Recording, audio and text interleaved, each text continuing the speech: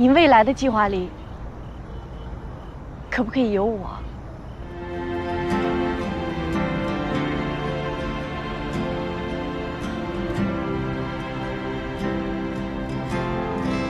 老板，你还满意这个地方吗？还行吧，很安静，很适合去想事情。还很适合告白。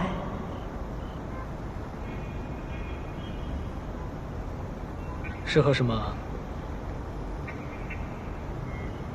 没什么。江宁，你不是从来都很勇敢吗？现在这个时机，这个场景，不是刚刚好吗？为什么在这个时候这么胆小？你不是要在爱情面前勇往直前吗？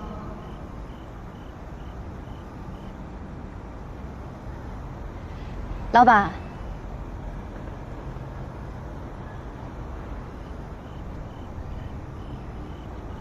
你未来的计划里，可不可以有我？因为我喜欢你。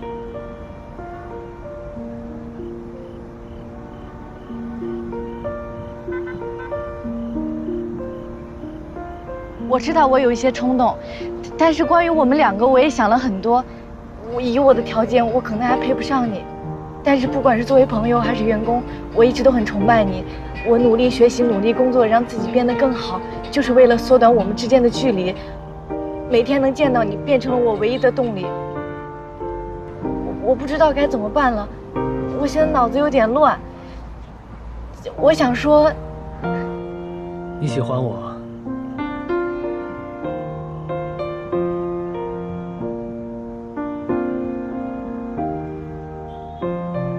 我没有要逼你回答什么，我就是有点激动，我有点神志不清，你也不需要回答我什么。我在想很多东西，我也在纠结很多东西，所以江小宁啊，先好好工作吧。有一些事情我还没想清楚，等我想清楚了再跟你聊。